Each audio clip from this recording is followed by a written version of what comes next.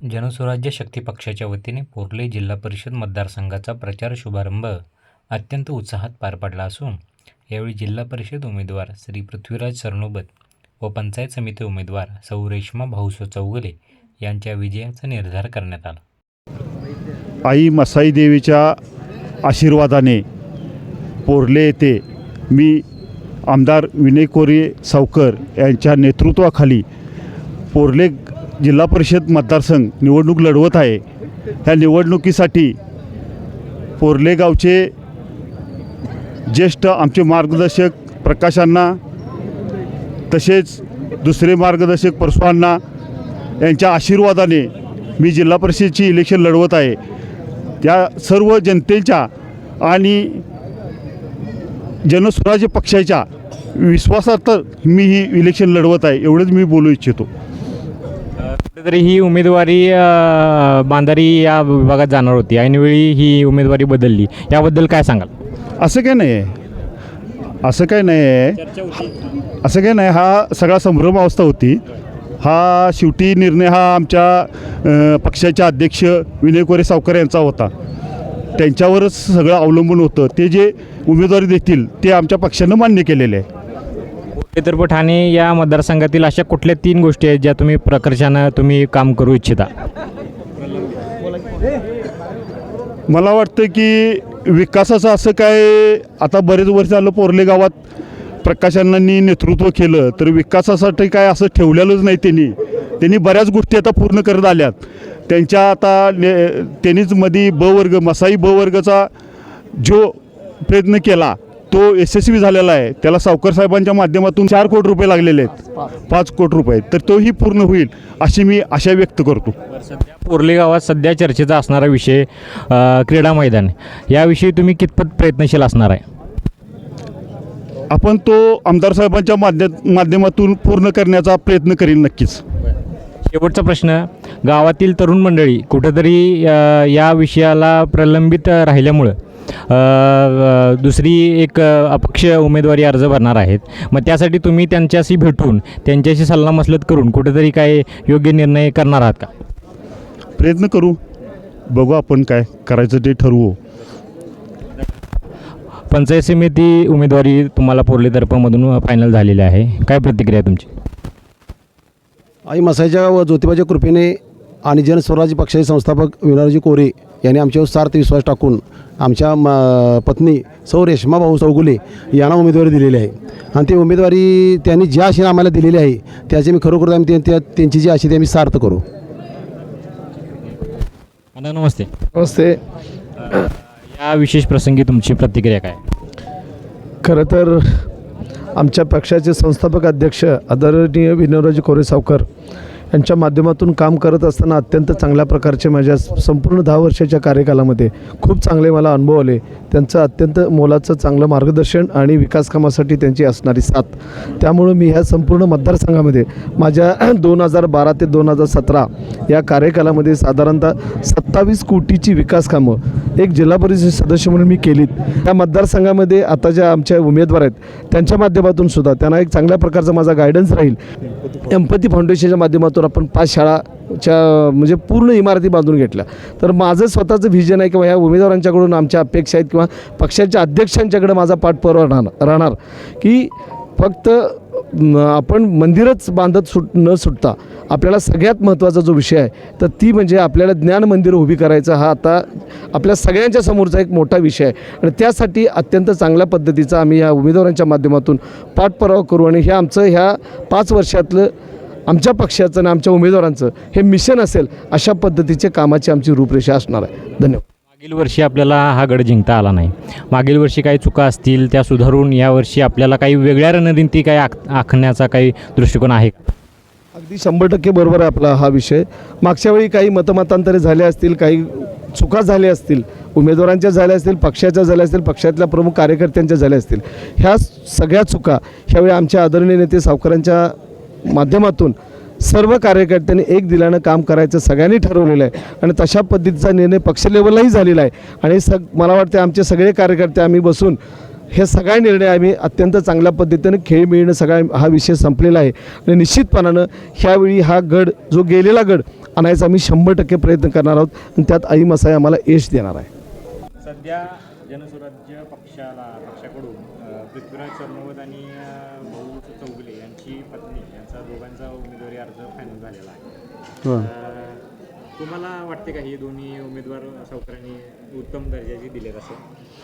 100% साहेबांचा तेवढा पूर्णपणे विश्वास आहे, आत्मविश्वास आहे. कारण आसुळ पोर्ले हा एकदम त्यांचा बालेकिल्ला हा जिल्हा परिषद मतदारसंघ आहे आणि त्यामुळं ह्या दोन्ही सीटा त्यांनी चॉईस केल्यात ते त्यांच्या एकदम म्हणजे पाठीमागली पार्श्वभूमी बघून किंवा त्यांचं कामाची हे बघून आणि दोन्ही पार्टीचे ते चांगले नेतृत्व आणि पृथ्वीराज सरनोबत हे मागल्या वेळी पंचायत समिती सभापती असल्यामुळं त्यांनी बऱ्यापैकी हा मतदारसंघ पूर्णपणे त्यांच्या ह्याच्याखाली आहे आणि त्यांनी बरेच लोकांची कामं पण त्या माध्यमातून केलेत. आता पोर्ले गावातला जो प्रलंबित विषय आहे मैदानाचा त्याविषयी काही पाठपुरावा ह्याच वेळी होईल का? 100% होणार. कारण ह्याच वेळी म्हणजे कसं आहे, आता बरीच वेळ मी विद्यमान ग्रामपंचायत सरपंच आणि डेप्युटी सरपंच असल्यामुळं बरीच वेळ मी त्याचा जीवन शिंदे वगैरे असेल किंवा आमच्या गावातली बरीचशी तरुण पोरं आता बरीच वेळ 15 ऑगस्ट असेल 26 जानेवारी असेल ह्या वेळी बरीच वेळ विषय तो म्हणजे उठून बसतो आहे. पण काय विषय होतो आहे की काही गावातल्या लोकांनी काही जण तळ करूया, काही जण ग्राउंड करूया, युवा पिढी आहे ती ग्राउंड करूया. मग आमचं मत आहे ग्राउंड हा का व्हायला पाहिजे, तर तळ्यासंदर्भ काय आहे, इथून पाठीमागं आपली ढोरं बिरं सगळी जनावरं वगैरे सगळी ती शेतात असल्यामुळे ते होत नव्हतं.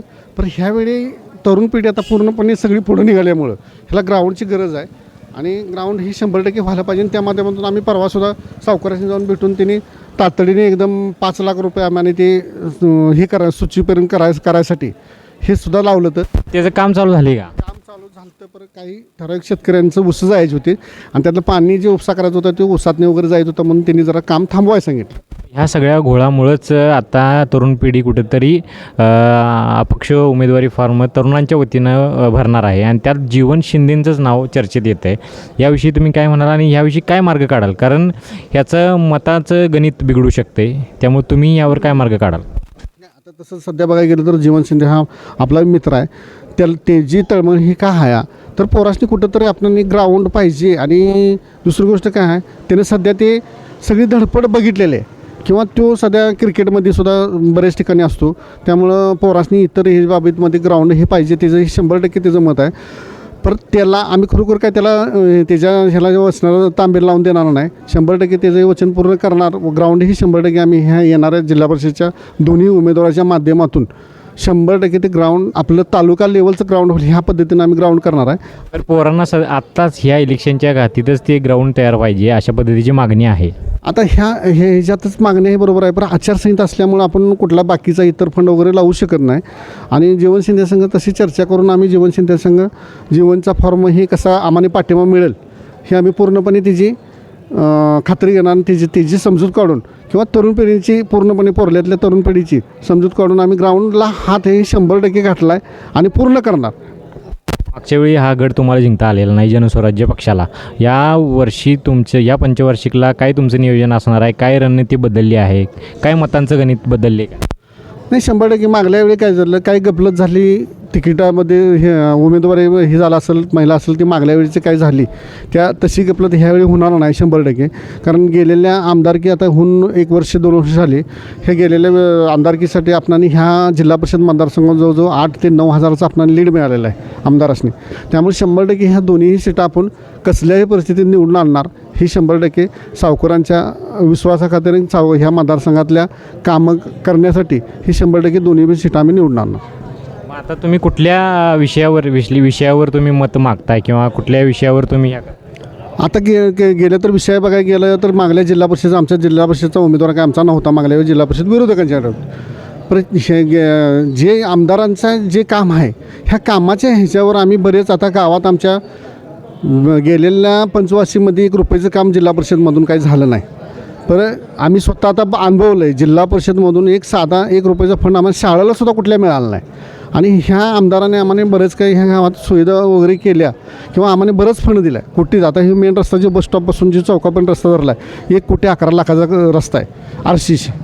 किंवा आता पलीकडनं जे मराठी शाळेच्या पलीकडं रस्ता जो आपला मेन येतो गावात ह्याच्यासाठी सुद्धा 1 कोटीच्या वर काहीतरी फंड ते मार्च नंतर लावतो म्हणून त्यांनी सांगितलं. तो बी रस्ता एकदा पूर्णपणे करून घ्या आणि मेन रोड हे सगळं पूर्णपणे RCC रस्ता करायचं प्लॅनिंग आहे आणि ते सावकारांच्या सुद्धा डोक्यात विषय आहे की पूर्णपणे RCC रस्ता व्हायला पाहिजेत म्हणून. जनस्वराज्य पक्षातर्फे पृथ्वीराज सरनोबत भैया आणि भाऊसू चौगुले यांची पत्नी यांची नियुक्ती झालेली आहे. या 2 उमेदवार जे सावकारांनी फायनल केल्यात ते योग्य आहेत का? आपण बघा सावकर साहेब या विभागाचं नेतृत्व करतात. आमचे ते नेते आहेत आणि सावकर साहेब सांगेल ती पूर्व दिशा, मग कोणी असून दे, व्यक्ती कोण आहे यापेक्षा सावकर साहेबांनी सांगितलेली मेंबर आहेत म्हणजे तिथं सर्वस्व जनस्वराज्य शक्ती म्हटलं की विषय संपला, असं हे ब्रीदवाक्य आहे. आणि सावकारांच्यावर खूप प्रेम करणारी लोक आहेत. त्यामुळं मला उमेदवारी नाही त्याला दिली वगैरे असं काही नाही. जो आम्हाने साहेबांनी दिलेला उमेदवार आहे तो त्याच्यासाठी आम्ही कटिबद्ध आहे आणि जास्तीत जास्त पोरल्यातनं आम्ही मतं देणार, जेणेकरून जेवढी सावकर साहेबांना मतं दिलीत किंबहुना तेवढी मतं आम्ही या दोन्ही उमेदवारांना देणार. आंबवड्याचे डेप्युटी सरपंच सरदार पाटील हे सुद्धा जनस्वराज्य पक्षातर्फे तिकीट मागत होते. त्यांनी आता अपक्ष फॉर्म भरला आहे. आता कालच आम्ही वारणेत होतो. सावकरसाहेब स्वतः म्हणलेत सरदार मागं घेतो आहे आणि घेणारच. आणि सावकरसाहेबांच्या पुढं शक्यतो आमच्या या विभागात कोणी म्हणजे नाही पुढं जात. आणि कालच आमची चर्चा झाली ती सरदारचं काय, तर सावकरसाहेब म्हणतात की बाबा काही नाही, सरदार मागं घेते, त्यामुळं काय अडचण येणार नाही कुठलीच. त्यांनी उमेदवारी अर्ज भरला. ते काय आता मी आज भरला आहे ना, भरला घेतील, मागं घेतील नक्की मागं घेतील. आणि पोरल्यातून आम्ही पण जास्तीत जास्त जनस्वराज्याला मतं द्यायचं काम करून नक्की बोलणार आहे. जनस्वराज्य शक्ती पक्षाला बरीच आव्हानं सध्या दिसत आहेत. यापैकी सरदार पाटील असू देत, बाबासाहेब पाटील आसुलेकर असू देत किंवा गावातील तरुण जी मंडळी आहेत जी अपक्ष फॉर्म लढणार आहेत, याविषयी जनस्वराज्य कितपत ताकदीनं लढते? जनस्वराज्याबद्दल सांगायचं झालं तर सर्वसामान्यांचा आधार दख्खनचा केदार आणि त्या केदारनाथाच्या आशीर्वादानं चालणारा जनस्वराज्य पक्ष आहे. आणि त्या पक्षाचे नेते डॉक्टर विनयरावजी कोरे सावकर त्याच्यावरती सगळ्यावरती योग्य मार्ग काढतील. जे अपक्ष फॉर्म आहेत ते माघारीनंतर चित्र स्पष्ट होईल. अपक्ष फॉर्म जे जनस्वराज्याशी निगडीत आहेत त्या घटकांना योग्य तो त्यावरती मार्ग काढून कोरेसाहेब नक्कीच त्यावरती मार्ग काढतील अशी मला खात्री आहे. जनस्वराज्य शक्ती पक्षाला मागच्या वेळी हा बालेकिल्ला म्हणजे हा गड जिंकता आला नाही. मागच्या वेळी काय चुका झाल्यात आणि त्या ह्या वर्षी काय सुधारणार आहेत? बरोबर.